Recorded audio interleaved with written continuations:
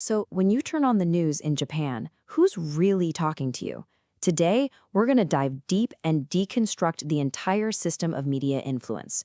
We're going to peel back the layers to uncover the visible faces, the hidden editors, and, maybe most importantly, the invisible forces that shape the news you see every single day. Let's get into it. It's a great question, right? You see an anchor, you hear what a commentator has to say, but are they the true author of that message? Or is there someone else behind the curtain? What we're going to do here is follow the breadcrumbs, trace that message all the way back, link by link, through this really complex chain of influence to see who or what is really pulling the strings. All right, let's start at the most obvious place, the very first layer. We're talking about the faces you see on television. These are the anchors and the experts that millions of people let into their homes every day. They're on the absolute front line of media influence. And here's where it gets interesting, how these roles are set up. You've got the news anchor, who's this trusted face, the person guiding you through the story.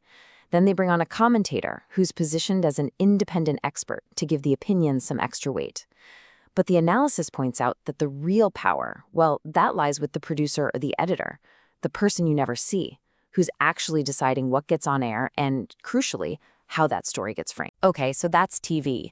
But if we move beyond the screen, we find a very similar power structure going on in the world of print and digital media. The faces might be less famous, sure, but their influence in setting the national agenda is every bit as strong. This breakdown really shows you the hidden hierarchy. At the top, you've got the editorial writer, the person who's setting the official line for the entire newspaper. But then you dig a little deeper, and you find the political desk chief, this incredibly powerful gatekeeper who can literally reshape a reporter's story before it ever sees the light of day. And then you've got the weekly magazine editors, driving the conversation with these wild, sensational headlines, and they're often totally anonymous. So here's the bottom line on this part. Even though they're not TV celebrities, their influence is just profound. You can think of them as the architects of the stories that become our political and social reality. They're the ones deciding which stories get told, who gets to be the hero or the villain, and what matters on any given day. Okay, now we're going to pull back the final curtain. Because beyond all the individuals we've talked about, there's a hidden architecture, a set of structural pressures that actually shapes the behavior of everyone in the system. This is where we find the real invisible hand that guides the news. So first up is the programming department, or the Henseibu. This is an internal division inside a media company, and their job is basically to decide what gets made. And their number one concern, keeping the sponsors happy. And the result of that is pretty predictable. Politically sensitive topics, or really anything that might rock the boat for a major advertiser, they often get watered down or just don't get made at all. And that pressure from sponsors gets amplified by major ad agencies. You've got these powerhouses like Dentsu that control enormous advertising budgets. This creates an environment that encourages something called sontaku, and this is a fascinating concept. It's basically a kind of self-censorship, where media outlets try to guess what powerful sponsors or government officials want, and then they act on it without anyone ever having to say a word. It's like reading the room, but on a massive national scale. And the final piece of this hidden architecture is this cozy relationship between reporters and the government. The analysis shows a system that's basically built on a trade. Journalists can get these exclusive, juicy, off-the-record scoops, but the unspoken price for that access is often favorable coverage.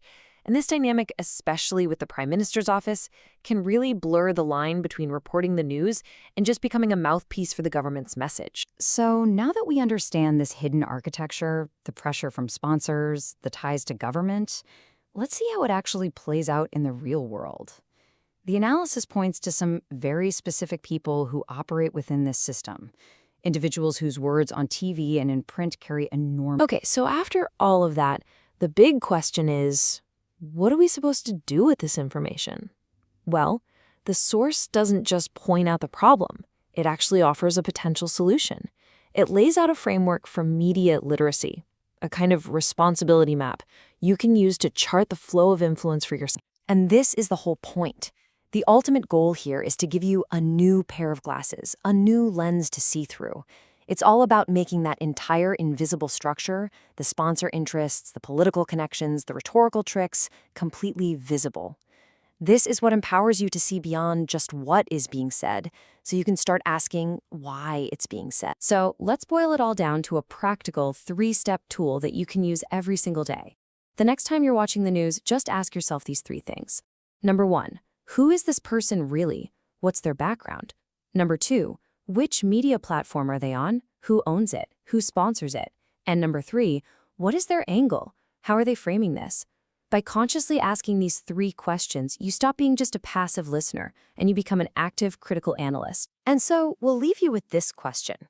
We've mapped the system, we've identified the key players, and we've built a tool for analysis. That hidden structure isn't so invisible anymore. So now that you know the rules of the game, what are you going to be listening for next time you tune in?